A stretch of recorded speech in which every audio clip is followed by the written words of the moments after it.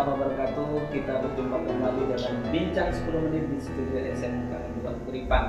Bersama kami saat ini ada tamu spesial kita, yaitu Bapak Kabid Kebudayaan Dikbud NTB, yang akan menjelaskan kepada kita semua bagaimana sebenarnya kebudayaan itu membangkitkan pendidikan khusus di Dikbud NTB atau khusus di Provinsi Nusa Tenggara Barat. Untuk itu kita bertemu langsung dengan Pak Kabid.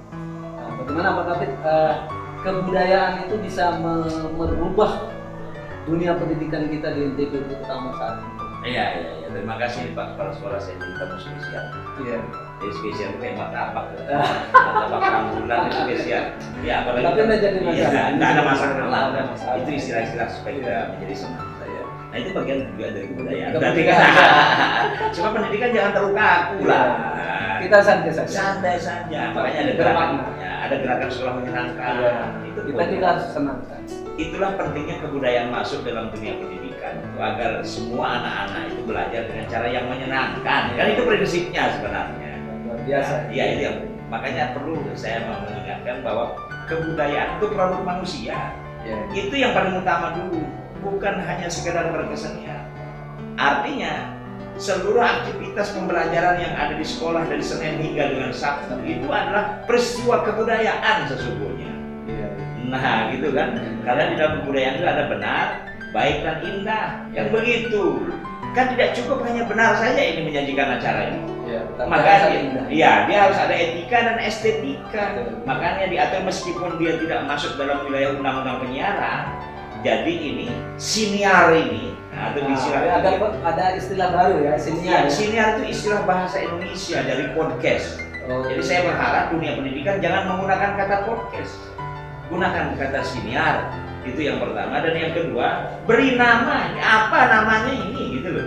Ya, siniar SMK 2 Kuripan namanya apa? Nah gitu, misalnya, namanya Kedembong Nyingkret Siniar, misalnya. Kan bisa aja menggunakan, boleh. Nah, dicarilah nama. Itu yang disebut dengan brand. Nah, maka konsep kita dalam kebudayaan agar tersampaikan gagasan-gagasan itu ada konsep namanya BAS. Branding, advertising, sale, gitu kan. Di brand namanya ada. Kemudian di advertise kita cerita di mana mengundang banyak orang. Kita aja tahu. Kemudian nanti bisa jadi banyak yang tertarik dengan ini akan menaruh produknya di depan sini. Iya kan? Kalau sudah mulai banyak penontonnya, mulai banyak produk-produknya.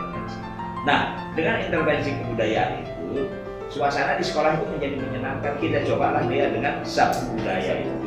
Coba belajar menyenangkan, kan tidak mesti harus di dalam kelas, di luar kelas. Semua pelajaran matematika bisa, pelajaran biologi bisa, kan itu dia. Sehingga mudah kita mengajarkan anak-anak menjadi senang. Maka intervensi kebudayaan di dalam dunia pendidikan itu pedomannya adalah indeks pembangunan kebudayaan, ada 7 dimensinya, dan kemudian ada objek pemajuan kebudayaan. Dan itu ada 21 indikatornya ada di sekolah menjadi menyenangkan. Gitu ya. Bagus apa yang disampaikan Pak Kabid tadi, bahwa ada Sabtu Budaya tadi. Kayaknya SMK kita sudah menjalankan di tahun 2021 ya. Dan ada hal menarik yang mungkin baru disosialisasikan seperti senior tadi. Ya. Ini baru sosialisasi dan di tahun 2022 ada target Pak. Ada target nih. Nah, bagaimana target tahun 2022 ini untuk teman-teman kita yang SMK yang lain? Betul. Selama ini kan kita hanya output nih. Jadi apa target dari pendidikan itu? Mencerdaskan kehidupan bangsa Wairigama, kan?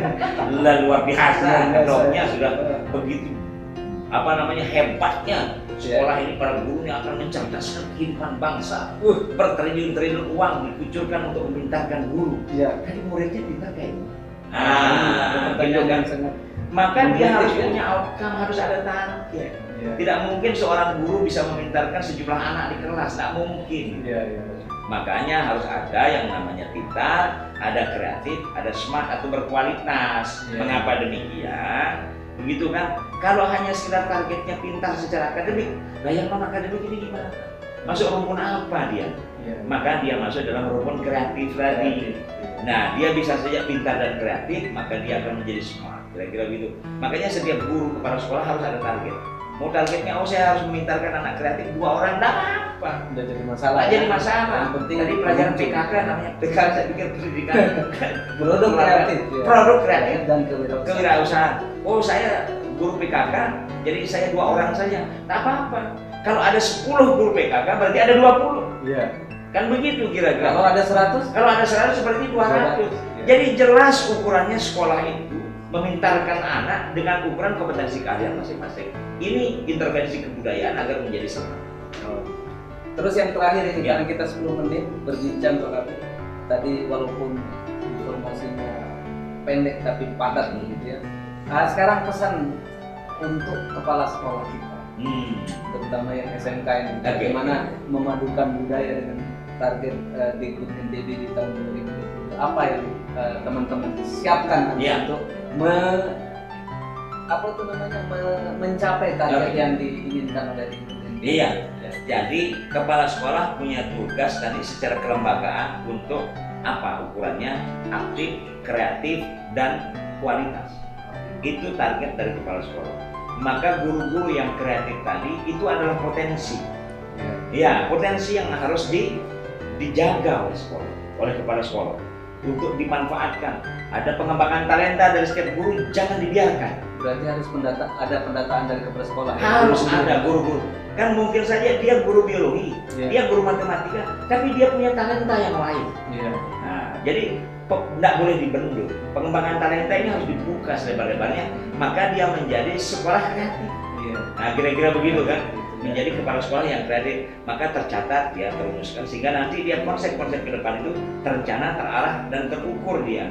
Yang selama ini data-data kita soal-soal itu hilang. Sehingga kepala sekolah yang baik itu adalah bagaimana memanage konsep ini agar aktivitas itu beranjak menjadi kreatif dan kemudian meningkat menjadi kualitas. Itu kira-kira target dari kepala sekolah itu. Yang paling penting didukung oleh para guru. Kalau ada guru-guru yang lambat mendukung kepala sekolah, eksekusi saja. Oh begitu Pak Kabit. Tidak usah repot-repot. Oh, Tapi iya. harus ada ukurannya yang baik, Baik. ukuran yang benar, Ya. bukan ukuran-ukuran subjektif ketidaksukaan. Iya. Tapi ukuran-ukuran bagaimana sekolah itu dijalankan dengan benar sesuai dengan SOP yang sudah ditentukan oleh aturan-aturan yang ada. Kalau itu dia kemudian kajuman-kajuman, Iya. eksekusi.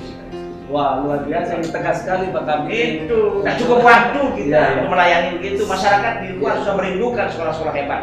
Ada tambahan sedikit tadi pernah atau kemarin yang pernah dengar ini ada lulusan, ada outcome yang harus ada lulusan, ada pekerja, ada mandiri. Itu bagaimana? Nah, menjelaskan. SMK ini dia punya ukuran, Iya. targetnya tadi sudah output, Iya. harus ada outcome. Jadi dia harus ada indukan. Iya. Nah, berapa jumlahnya itu namanya outcome. Iya. Harus ada targetnya. Nah, dan kemudian yang paling tinggi target SMK itu adalah mandiri. Nah, mandiri ini kan tidak mesti harus dia bekerja dengan membuka restoran besar misalnya, atau membuka pabrik besar, enggak. Iya. Dia bikin misalnya kalau di sini misalnya kalau SMK Boga misalnya kan contoh. Kalau ini SMK apa?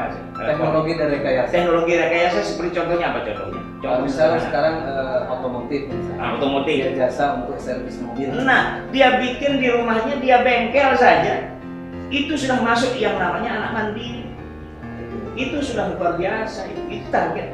Dia punya dia punya bengkel di rumahnya untuk ganti oli, untuk nempel ban dan sebagainya, dia bisa itu. Termasuk ya. Lah, kan target pendidikan itu kan survive menghadapi kehidupan dengan tingkat keilmuan masing-masing. Terkadang kalau yang seperti itu yang agak kecil begitu, banyak masyarakat menganggap bahwa itu bukan presiden. Berarti itu salah ya. Itu keliru. Inilah harus perlu diberitahu oleh kita semua bahwa target pendidikan itu tadi kan bertahan menghadapi kehidupan dengan tingkat keilmuan masing-masing.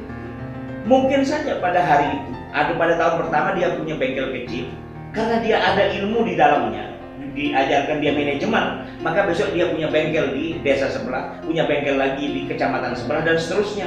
Dia punya berpuluh-puluh bengkel. Jadi waralaba. Menjadi waralaba. Nah, inilah yang kita jangan sekali merendahkan martabat meskipun dia hanya sekadar pengusaha bengkel atau pedagang cilok. bisa jadi dia punya berombong-rombong cilok, ribuan cilok, Wah. ribuan rombong, dan dia menjadi CEO dari rombong cilok. Kan keren gitu ya. Ini luar biasa Pak Kabit sudah memberikan inspirasi kepada kita bagaimana kita ke depan SMK ke depan ini dengan target-target berikut di tahun 2022. Semoga bincang kami ini berdua ini bisa disimak oleh Bapak Ibu Kepala Sekolah SMK se-NTB menjadi sebuah harapan bahwa kebudayaan itu sangat penting dikembangkan di dunia pendidikan. Demikian pertemuan kita pada kali ini. Kita akhiri. Wassalamualaikum warahmatullahi wabarakatuh.